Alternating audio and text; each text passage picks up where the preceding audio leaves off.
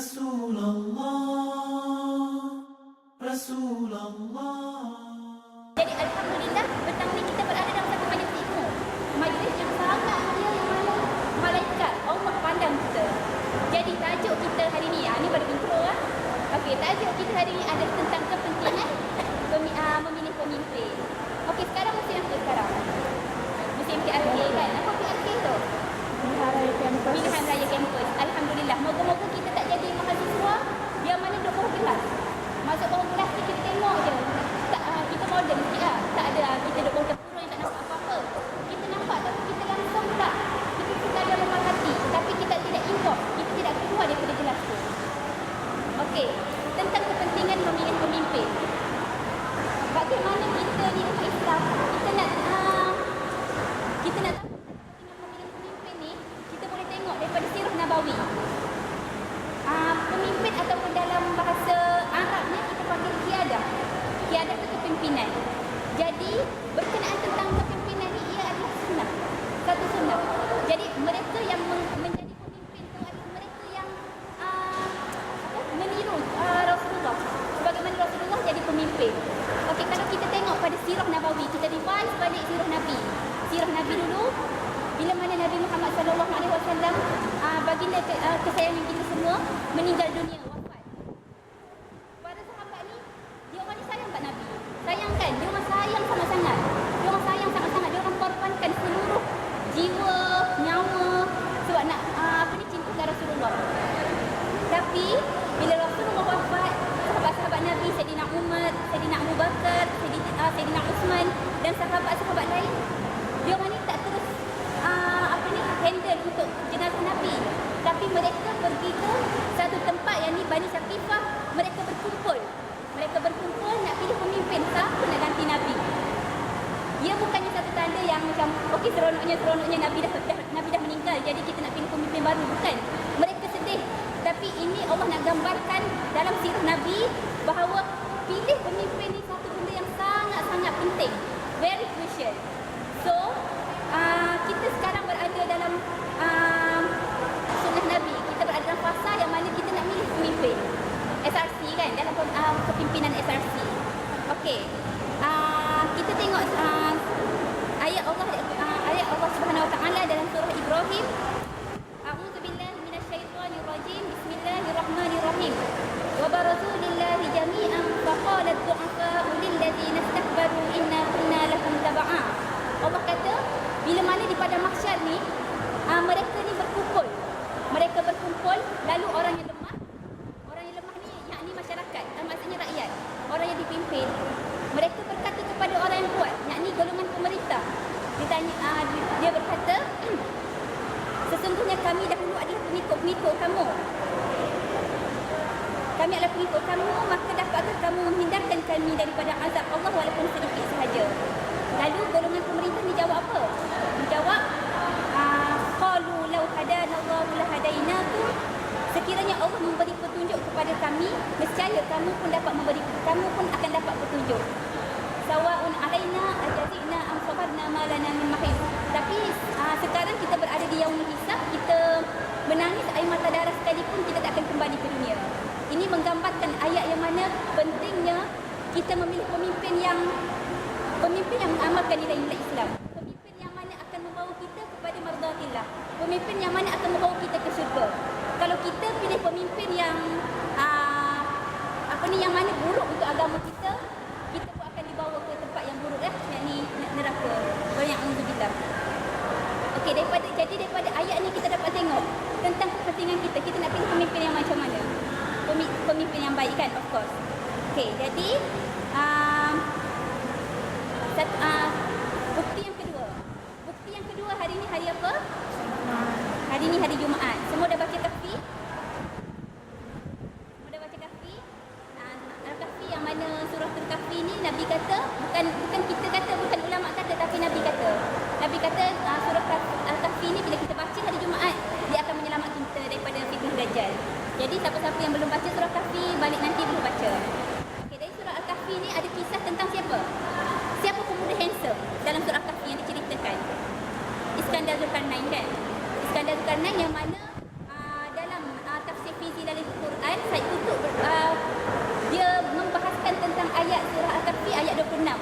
mana Iskandar Kainani ni dia mengiktiraf bahawa kurniaan ini daripada Allah, bukannya daripada aku sendiri. Iskandar berkata, qala ma makanni fihi rabbi khairun fa'inuni biquwwatin aj'al bainakum wa bainahum radma. Dia Zulkarnain berkata, apa yang telah dianugerahkan Tuhan kepadaku lebih baik daripada imbalanmu, maka bantulah aku dengan kekuatan agar aku dapat membuatkan dinding penghalang antara kamu dan mereka. Jadi nilai kedua adalah pemimpin ni, mereka ni bukannya tertipu dengan diri sendiri. Pemimpin yang mana dia bawa kepimpinan dia tu untuk menegakkan syiar Islam. Dia bawa kepimpinan dia tu untuk mengamalkan nilai-nilai Islam. Jadi satu isu yang timbul, macam mana kalau kita nak pilih pemimpin yang bukan Islam? Boleh tak? Macam mana kita nak pilih pemimpin yang bukan Islam? Agak-agak boleh tak hukum dia? Siapa yang kata boleh? Angkat tangan. Siapa yang kata boleh? Siapa yang kata boleh pilih pemimpin yang bukan Islam? Okey. Yang ni semalam tengok search video Ustaz Azhar Idrus berkenaan tentang pilih pemimpin non-Muslim. Dia bagi contoh, satu contoh yang praktikal. Dia bagi contoh kondisi. Pertama, ahli matematik. Ahli matematik yang mana dia kata, okey anak-anak semua, 2 tambah 2 sama dengan 5. Satu lagi, dia bagi contoh lembu. Lembu kata 2 tambah 2 sama dengan 4. Kita nak ikut yang mana? Kita nak ikut lembu ke kita nak ikut ahli matematik? Kita nak ikut lembu yang ajar 2 tambah 2 sama dengan 4 dan ahli matematik yang fasik yang mana ajar 2 tambah 2 sama dengan 5. Kita nak ikut yang mana? Malu kan nak ikut lembu. Contoh yang diajar oleh Ustaz Azhar tu semalam, dia kata Islam ni adalah agama yang hak, agama kebenaran. Kita bukan mengikut sosok tubuh orang tu. Kita bukan memilih siapa yang tu, tapi kita memilih apa yang dia bawa. Jadi nak katanya kita pilih apa yang mereka nak bawa. Jadi begitulah kita memilih pemimpin. Kalau sekarang ni musim PRK, kita tengok yang mana pemimpin yang nak bawa Islam. Pemimpin yang mana nak bawa kampus kita ni Iqra. Iqra bacalah. Yang mana nak bawa kita dekat dengan Allah. Yang mana nak bawa kita Islamization. Islamization. Apa kita tengok UAE? ICE. ICE. Islamization. Betul Allah. Ya Allah. Penduduk UAE apa kita? Okey, dan satu lagi. Kalaulah kita dalam Al-Quran kan banyak bercerita tentang zakat, banyak bercerita tentang akidah, banyak bercerita tentang macam-macam hukum Islam. Apa hukum kalau kita tolak semua ayat Quran tentang tu? Tertolak akidah kita kan? Terbatal akidah kita kan? Jadi dalam Al-Quran banyak sangat Allah gambarkan tentang kepimpinan. Kalau kita tolak kepimpinan macam mana? Boleh terbatal akidah kita. Jadi saranan saya dan sahabat-sahabat semua, sama-sama kita kembalikan syiar Islam. Kita betul-betul sokong tentang kepimpinan. Moga-moga UAE ni tersebut dengan budaya Islam. Alhamdulillah setakat ni kita tak ada tengok lagi student UAE yang free hair kan. Kita masih menjaga batasan Islam. Dan moga-moga selepas ni UAE ni tak adalah konsert yang lawa-lawa, ajak Britney Spears ke ataupun ajak siapa-siapa. Maksudnya biarlah kita terus mengekalkan budaya Islam ni. Okey, kemudian benda yang penting kalau kita sebagai mahasiswa kan, kita mahasiswa macam mana kita boleh hidup sekarang? Kalau kita tengok pada sejarah Malaysia, okey, kita penduduk Malaysia kan, kita ni rakyat Malaysia. Jadi cuba kita tengok balik revise sejarah tentang kemerdekaan negara kita. Bagaimana pentingnya seorang pemimpin yang memahami Islam. Kenal siapa Dr. Burhanuddin Hilmi? Tanpa beliau, tanpa Dr. Burhanuddin Hilmi ni, kita tak akan menikmati Islam sebagai agama persekutuan. Dengan sosok tokoh peribadi Dr. Burhanuddin Hilmi, yang mana doktor ni sangat memahami nilai-nilai Islam.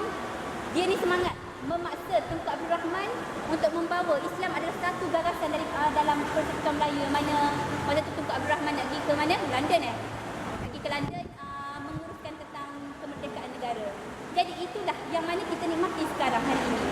Jadi nak kata kepentingan memilih pemimpin, kalau kita pilih pemimpin yang baik untuk agama kita, untuk dunia kita, untuk akhirat kita, insya-Allah pemimpin tu yang akan membawa kita ke syurga. Tapi kalau kita pilih pemimpin yang mana buruk untuk akhirat kita, nanti akhirat kita akan bersama bersama-sama dalam neraka sebagaimana yang diceritakan oleh Allah Subhanahu Wa Taala dalam surah Ibrahim tadi. Jadi sempena PRK kali ni, marilah bersama-sama kita memenangkan calon yang mana akan membawa kemaslahatan kepada ummah.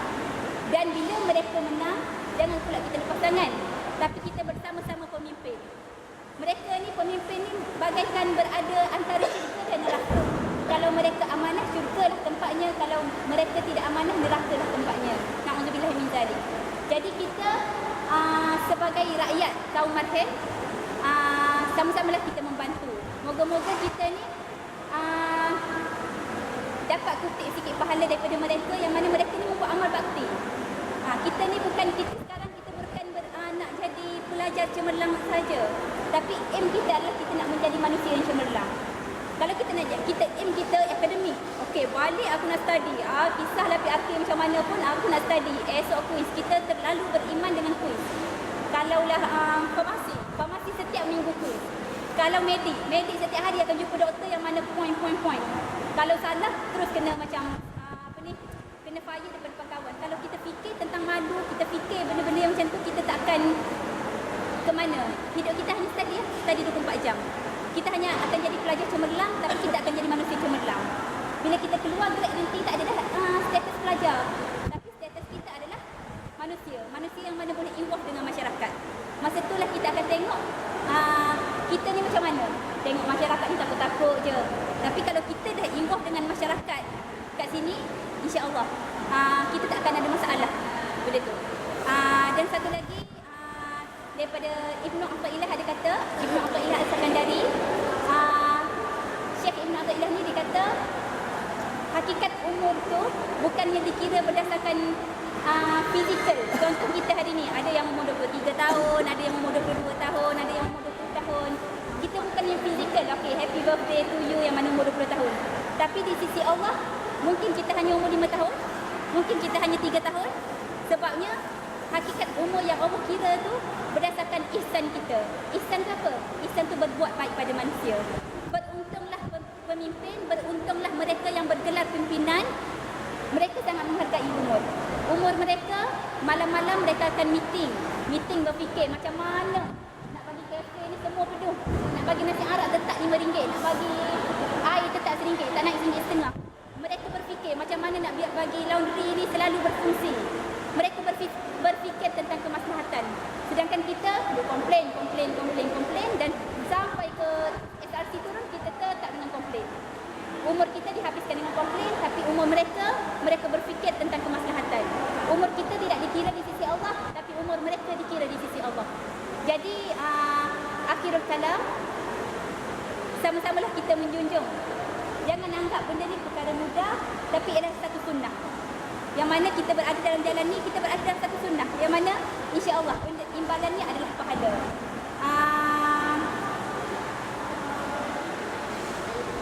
Sebelum mengakhiri, sama-sama kita revise balik. Kita kenalkan siapa Kamal Atatürk, Mustafa Kamal Atatürk.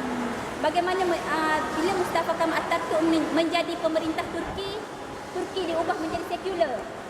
Hari ini macam mana Turki? Kita tengok.